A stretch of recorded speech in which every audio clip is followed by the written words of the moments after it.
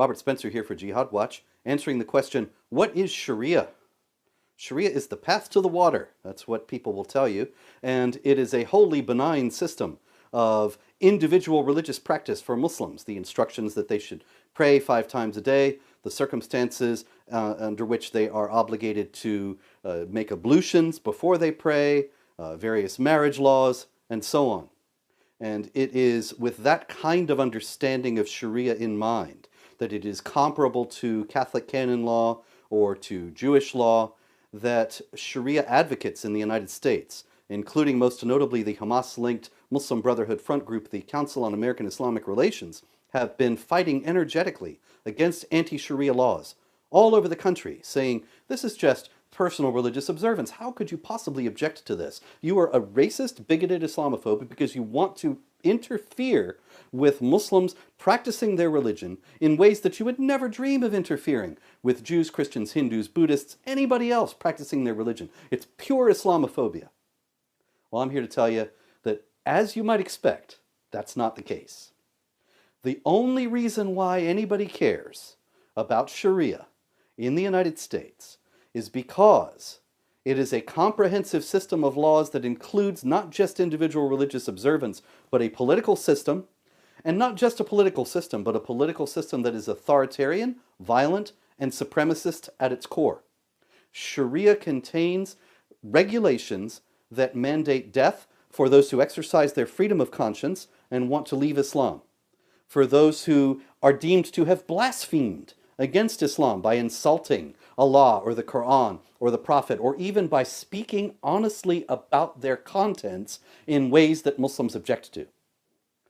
Sharia mandates that women have a second-class status, that they can be beaten when they're disobedient, that the value of their testimony is half that of a man, that the value of their inheritance is half that of their brothers, that they can be killed if they are out of line in terms of having sullied the family's honor by zina, some sexual indiscretion, that it is an honor for them to have their genitals mutilated, and the sexual pleasure thus decreased so that they can be more easily controllable.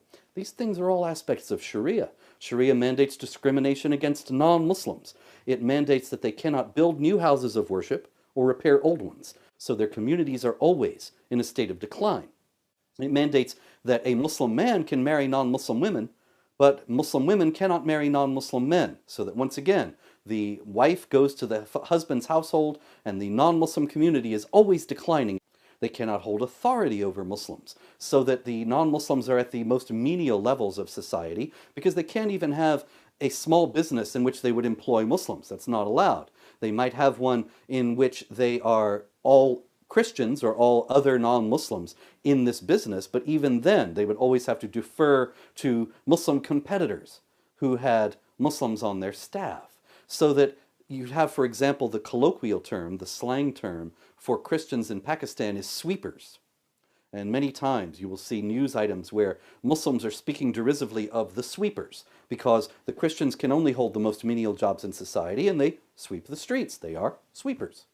Now, this is all considered to be the divine law, the law of Allah, the perfect and immutable law of Allah. Chapter 5, verse 3 of the Quran says, "This day I have perfected your religion for you." Those who are holding out great hopes for Islamic reform should ponder that. How can you reform what's perfect? How can you reform what you have been taught is something that is already in its best possible form? It can't be done. Now, the Quran is also many times telling us that we must obey Allah and His Messenger, that we must obey Allah and Muhammad.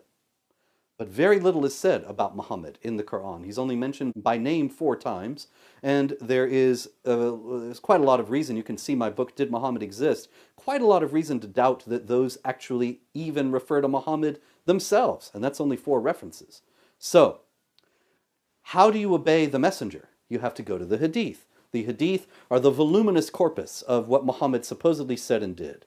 The reports that are deemed authentic are considered normative for Islamic law. Quran plus Hadith plus the Sirah, the biography of Muhammad, that's the Quran and the Sunnah together, make up Sharia when codified by Islamic jurists.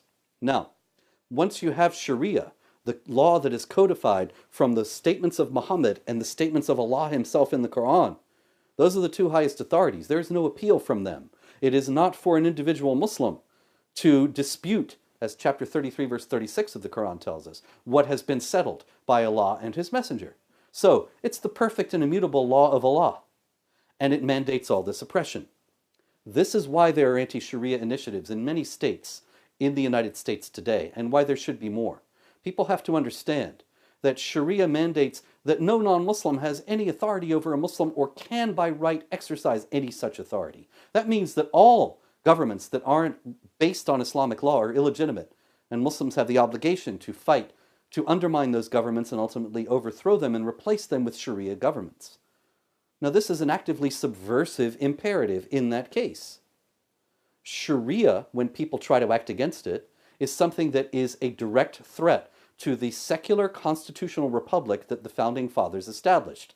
The non-establishment of religion was one of the greatest strokes of genius in history, and I do not exaggerate, my friend, because the non-establishment of religion, the First Amendment of the United States Constitution, allows for the idea that people who disagree, as we all do, on the most basic questions, will live together in peace and harmony without one group trying to gain hegemony over the other. And the delegitimizing of any such successful attempt to gain hegemony.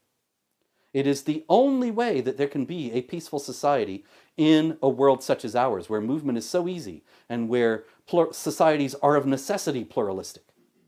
And so, we have in Sharia a direct threat to that freedom, to the freedom of speech with the blasphemy laws, to the freedom of conscience with the death penalty for apostasy and blasphemy and heresy and so on.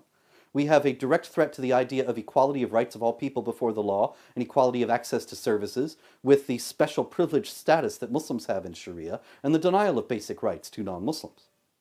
So of course, anybody who is interested, anybody who likes living in America as a free republic, anybody who likes the idea of the freedoms that are guaranteed in the US Constitution should be opposed to Sharia. And those who aren't, and those who obfuscate and say that Sharia is simply a matter of personal religious observance, they're not being honest. And you gotta think, when people are not being honest with you, they may not have your best interests at heart. I'm Robert Spencer. Thank you.